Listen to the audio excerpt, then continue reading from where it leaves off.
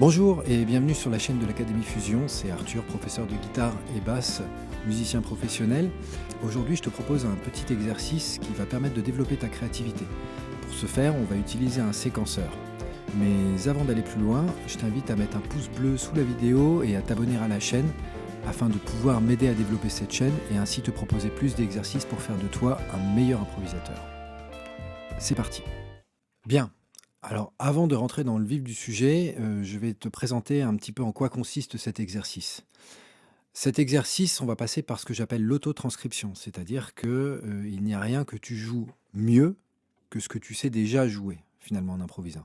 Et souvent, tu vas te rendre compte que quand tu improvises, tu peux parfois tourner en rond, répéter les mêmes phrases, on a souvent des tics de jeu et en fait, toutes ces choses-là, ce qui est important quand on veut devenir un meilleur improvisateur, c'est de pouvoir les identifier, de pouvoir les travailler, revenir dessus, les transformer, voilà. En fait, cet exercice va t'aider à te servir du séquenceur comme d'un vrai miroir de ce que tu sais déjà faire. Donc, on va le faire en plusieurs étapes. La première étape, ça va d'abord être d'enregistrer un groove, tout simple, sur lequel tu pourras ensuite improviser. Un groove modal, n'importe quoi fera l'affaire. L'idée, c'est d'avoir quelque chose de suffisamment stable pour se faire un bon tapis, pour qu'ensuite tu puisses développer une improvisation. Et dans un deuxième temps, je vais te montrer comment improviser et finalement te réécouter ensuite et en tirer des informations. Voilà, c'est parti. On commence par enregistrer le groove. Bien. Alors je vais commencer par une cocotte toute simple, quelque chose d'assez simple, plutôt en do mineur, voilà, pour faire vraiment, pour être dans un territoire harmonique, on va dire simple. Voilà, et puis je vais prendre un petit groove de batterie, plutôt funk 70, pareil pour un petit peu changer du clic et puis avoir quelque chose d'un peu plus chaleureux, quoi. Voilà, c'est parti. Voilà, donc on va chercher plutôt une cocotte assez groovy, simple pour démarrer.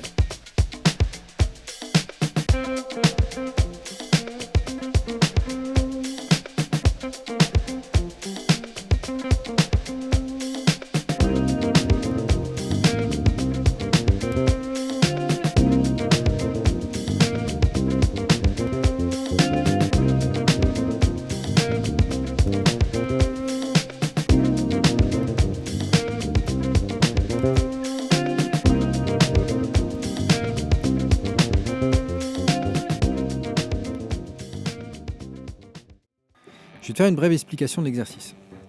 Donc maintenant que ma loupe est prête, j'ai rajouté tous les instruments, la basse, une cocotte de guitare, etc. Je vais improviser, mais je vais me limiter sur le manche. C'est-à-dire que je vais m'autoriser que certaines notes et dans une certaine zone. Pourquoi ? Parce que bien souvent, nos réflexes reprennent le dessus très vite. Et on se retrouve en fait à jouer des phrases qu'on a déjà jouées 100 millions de fois. Et alors c'est confortable, mais on ne développe pas vraiment notre créativité. Et pour développer sa créativité, la première chose, c'est de sortir de sa zone de confort.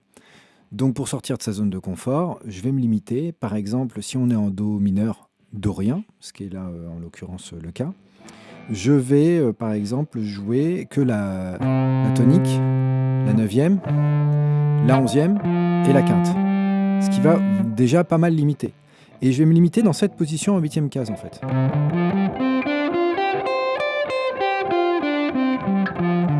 Voilà.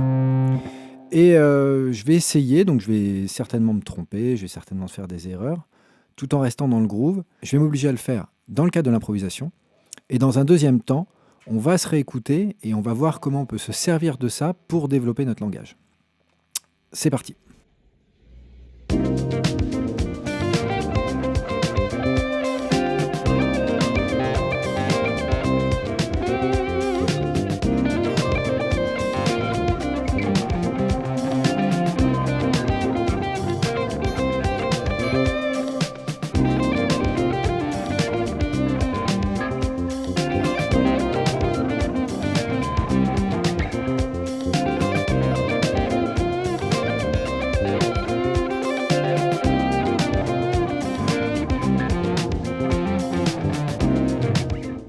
Bien, donc on va prendre le temps d'écouter ça et on va voir si quelque part on a eu des idées qui étaient valables et ce qu'on peut en faire. Voilà, donc je rappelle l'exercice, j'avais que 4 notes de possible dans cette position-là. sur une tonalité, enfin non, un mode de Do mineur dorien. Donc voilà, écoutons un petit peu ce que ça a pu donner.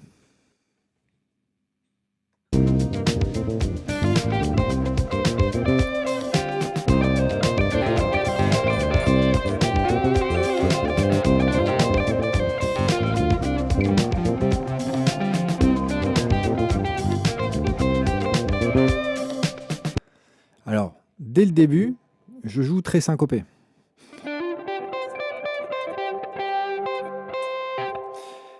Tout de suite, ce qui est intéressant de voir, c'est qu'en fait, avec un matériel relativement pauvre, parce que 4 notes, c'est pas beaucoup, je vais tout de suite essayer de développer les choses rythmiquement. Et les syncopes en l'air, là, sonnent très bien. Et je trouve un petit motif, là, en haut. Voilà. Ça, je vais réussir à créer de la tension en travaillant comme ça rythmiquement autour du motif et un petit pattern voilà, que je peux exploiter. Réécoutons un peu tout ça, on va voir ce qu'il en ressort.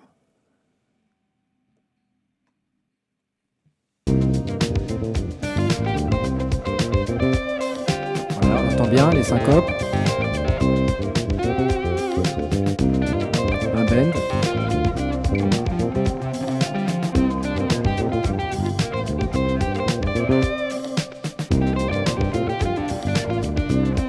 Voilà, et on entend des motifs de gamme en fait. Quand je fais... Voilà, et on peut imaginer de développer par exemple ce motif-là sur tout le motif de bas en haut.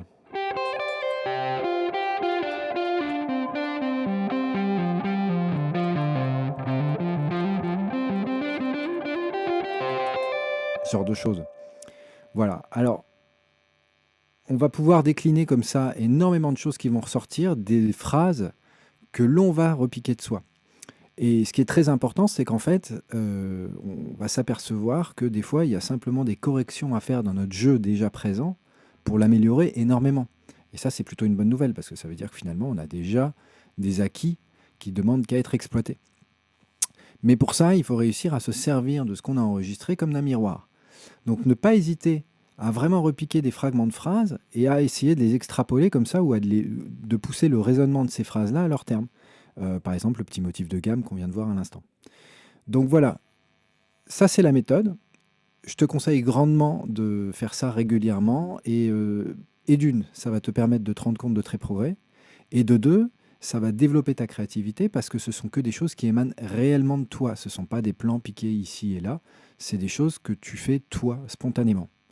Donc, bien cristallisé dans ton cerveau et bien mémorisé. Voilà, allez au travail. Bien, j'espère que tu as trouvé cet exercice intéressant et qu'il va t'aider à progresser, à faire de toi un meilleur improvisateur. Si tu souhaites télécharger mon e-book « Devenir un meilleur improvisateur », tu as le lien en dessous de la vidéo. En attendant, je t'invite à mettre un pouce bleu et à t'abonner à la chaîne pour de prochains tutos sur l'improvisation, le jazz fusion et la musique en général. Voilà, à bientôt.